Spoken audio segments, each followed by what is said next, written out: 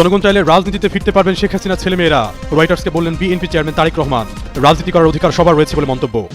প্রেত পাঠানো নিয়ে অনড় অবস্থান রয়েছে দেশটি। কিভাবে যে কোনো সময় এমনকি নির্বাচনের 24 ঘন্টা, 9 ঘন্টা, 11 ঘন্টা, 72 ঘন্টা আগে হতে পারে। নির্বাচন স্থগিত হয়ে যাওয়ার চাবিকাঠি এখন দৃশ্যপটে এসেছে।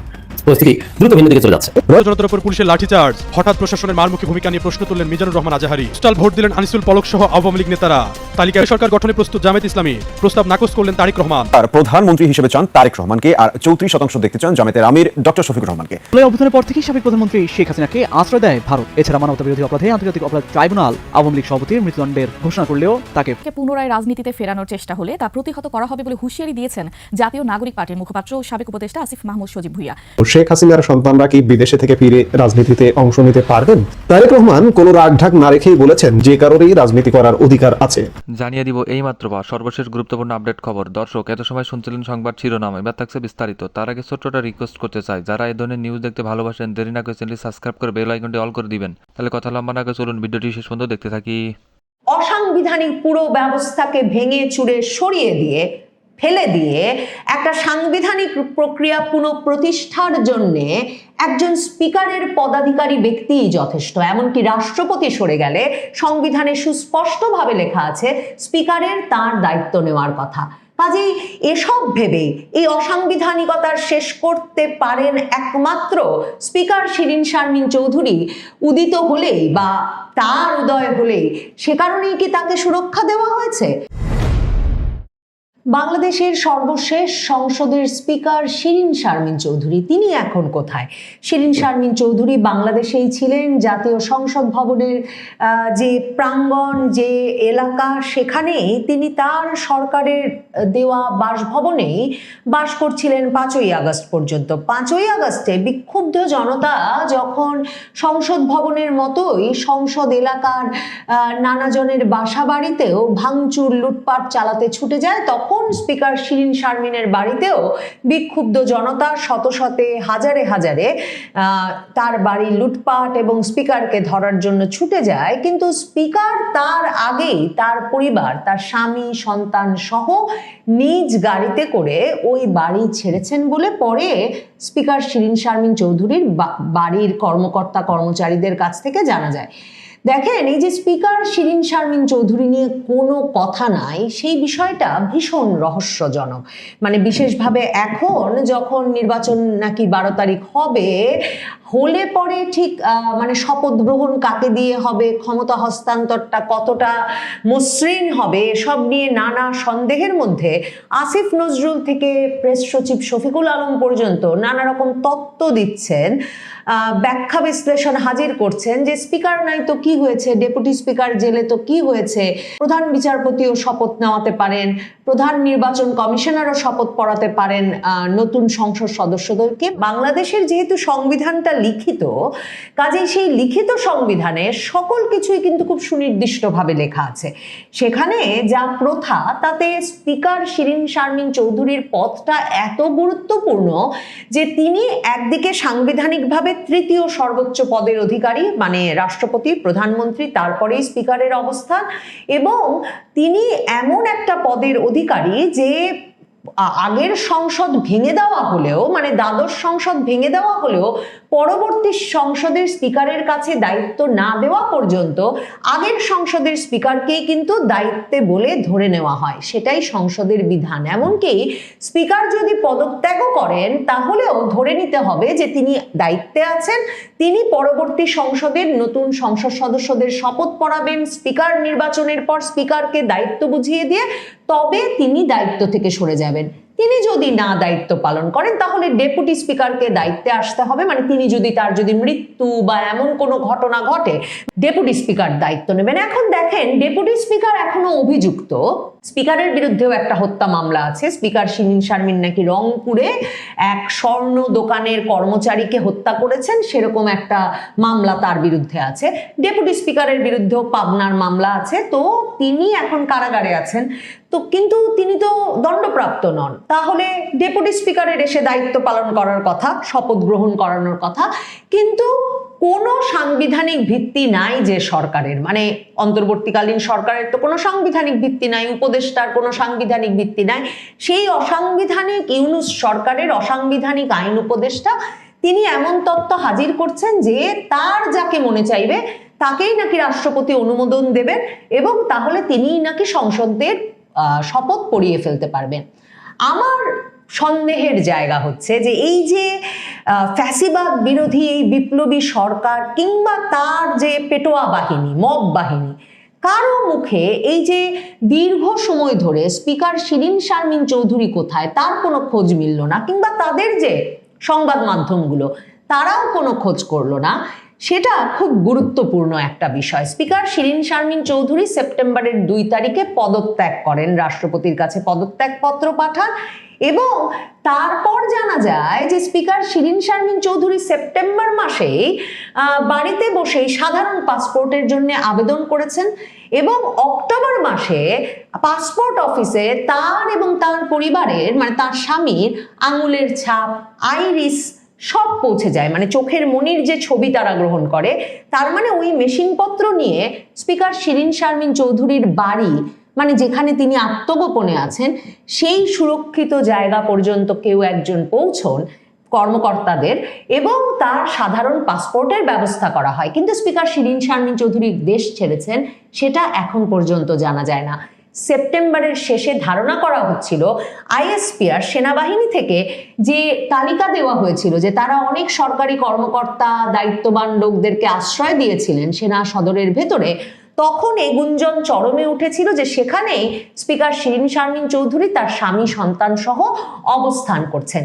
ওয়াকারুজ্জামানকে এখনো স্পিকার শিরীন শারমিন চৌধুরীকে সেনা সদরে আশ্রয়ে রেখেছেন, আত্মগোপনে থাকবার সুযোগ করে দিয়েছেন, সুরক্ষিত পরিস্থিতিতে রাখবার সুযোগ করে দিয়েছেন, যাতে সময় মতো তিনি তাকে বের করতে পারেন। 12 তারিখের পর হঠাৎ যদি পরিস্থিতিটা খুব ঘোরালো হয়ে ওঠে, মানে জুলাই সনদ পাশ হয়ে আসার পর, হ্যাঁ ভোটে বিজয়ী হবার পর সেই জুলাই সনদ বাস্তবায়নের জন্য সংবিধানকে ছুঁড়ে ফেলতে যদি ইউনূস সরকার, জামায়াতে ইসলামী, জাতীয় নাগরিক পার্টি সহ দলগুলো এক রকমের অস্থির হয়ে ওঠে এবং তারা যদি এই সিদ্ধান্ত নেয় যে সংবিধান ছুঁড়ে ফেলে নতুন সংবিধান প্রণয়ন না করা পর্যন্ত তারা সরকার গঠন করতে দেবে না, এবং সংবিধান ছুঁড়ে ফেলা মানে বঙ্গভবন থেকে রাষ্ট্রপতি শাহাবুদ্দিন চুপ্পুকে বের করে নিয়ে এসে রাজপথে বিচার করা, যে দাবি হাসনাত আবদুল্লাহরা 2024-এর সেপ্টেম্বরে করে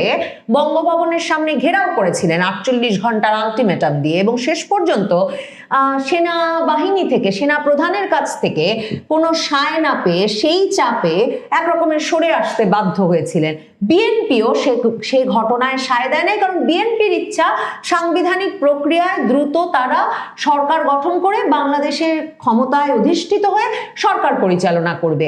তো ওরকম একটা পরিস্থিতি যদি 12 তারিখের পর তৈরি হয়, তাহলে মুখ্যম ওষুধ হিসেবে শিরীন শারমিন চৌধুরীকে সময় মতো বের করে আনা হবে এবং তিনি ইউনূস, আসিফ নজরুল সহ যারা যেখানে যা গ্যাঞ্জাম করতে চাইবে তাদেরকে গ্যাঞ্জামের সুযোগ দিয়ে যেই বিজয়ী পক্ষকে সেনাবাহিনী অধিষ্ঠিত করতে চায় সেই বিজয়ী পক্ষকে সেনাবাহিনী শপথ পড়িয়ে নেবে, মানে যেই বিজয়ী পক্ষ সেনাবাহিনীকে সাংবিধানিক প্রতিষ্ঠান হিসেবে স্বীকৃতি দিয়ে তাদেরকে রক্ষা করবে, তাদের রাষ্ট্রপতি, সশস্ত্র বাহিনীর সর্বাধিনায়ককে রক্ষা করবে, সেই পরিস্থিতি বজায় রাখতে, সংবিধানের ধারাবাহিকতা বজায় রাখতে, ওয়াকারুজ্জামান নিজের প্রাণটা বাঁচিয়ে রাখতে, সেনাপ্রধানের পথটা ধরে রাখতে সময় মতো শিরীন শারমিন চৌধুরীকে বের করবেন, সেজন্য তাকে এখন পর্যন্ত লুকিয়ে রেখেছেন।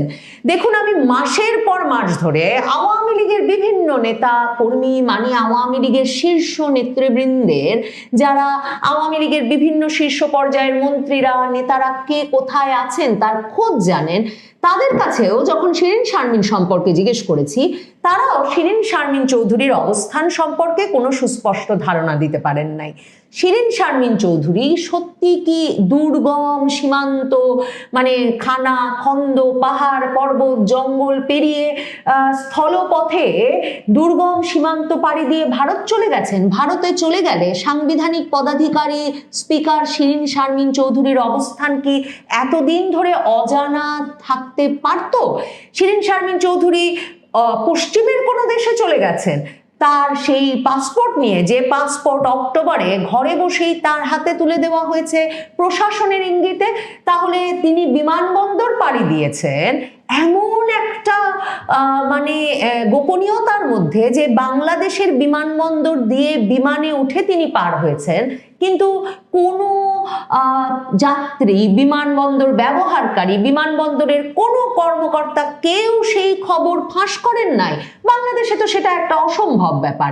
তাহলে আর কি হতে পারে? একমাত্র হতে পারে সেনাবাহিনীর জেনারেলেরা যেভাবে পার হয়েছেন সীমান্ত সপরিবারে মুহূর্তের মধ্যে, মানে ধারণা করা যায় পার্শ্ববর্তী দেশ সীমান্তের ওপারের ভারতের সেনা গোয়েন্দা সংস্থার সরাসরি এক রকমের ব্যবস্থাপনায় তারা সীমান্ত থেকে সহজে আরামে কখনো হেলিকপ্টার লিফট করে, কখনো বা গাড়ির মাধ্যমে তারা পার হয়েছেন সেই সীমান্তের নোম্যান্স ল্যান্ড এবং তাদের ব্যবস্থাপনায়। তাহলে শিরিন শারমিন চৌধুরী সেভাবে পার হয়ে থাকতে পারেন। সত্যি শিরিন শারমিন চৌধুরীকে ওপারের গোয়েন্দারা এভাবে পার করে নিয়ে গেল, সে কথাও এতদিনেও জানা গেল না। শিরিন শারমিন চৌধুরী সকল যুক্তিবুদ্ধি বলেন বাংলাদেশেরই কোনো একটা সুরক্ষিত জায়গায় এখন পর্যন্ত এই 18 মাস ধরে অবস্থান করছেন।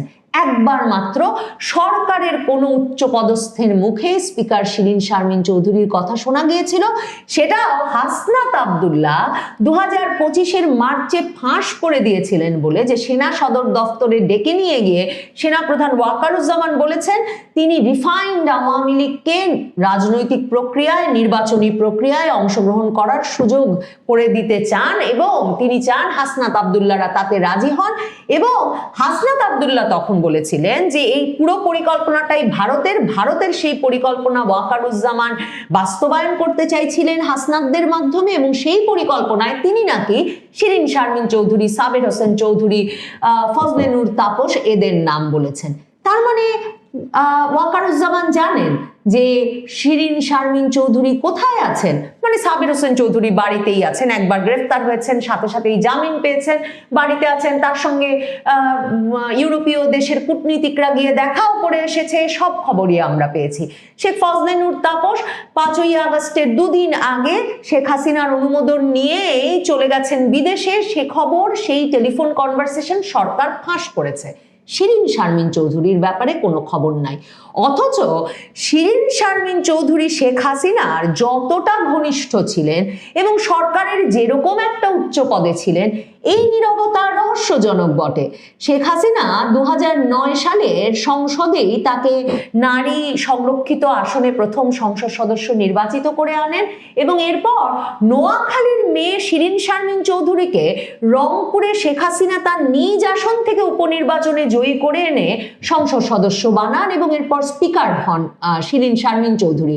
আওয়ামী লীগের পুরোটা সময় জুড়েই তিনি স্পিকারের দায়িত্ব পালন করেন, এমনকি দ্বাদশ সংসদ নির্বাচনেও শেখ হাসিনার রংপুরের আসনের নির্বাচিত সংসদ সদস্য ছিলেন শিরিন শারমিন চৌধুরী। শেখ হাসিনার এহেন ঘনিষ্ঠ শিরিন শারমিন চৌধুরীকে কে রক্ষা করছেন?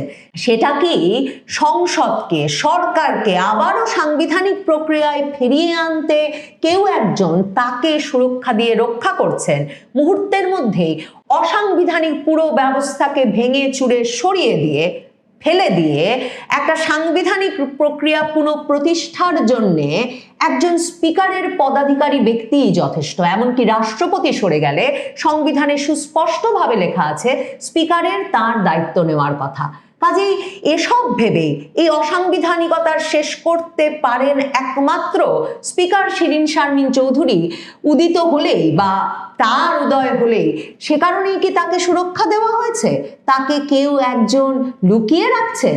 নাকি স্পিকার শিরীন শারমিন চৌধুরীকে লুকিয়ে রাখা হচ্ছে বাংলাদেশের রাজনীতিতে রিফাইন্ড আওয়ামী লীগ ফিরিয়ে আনতে?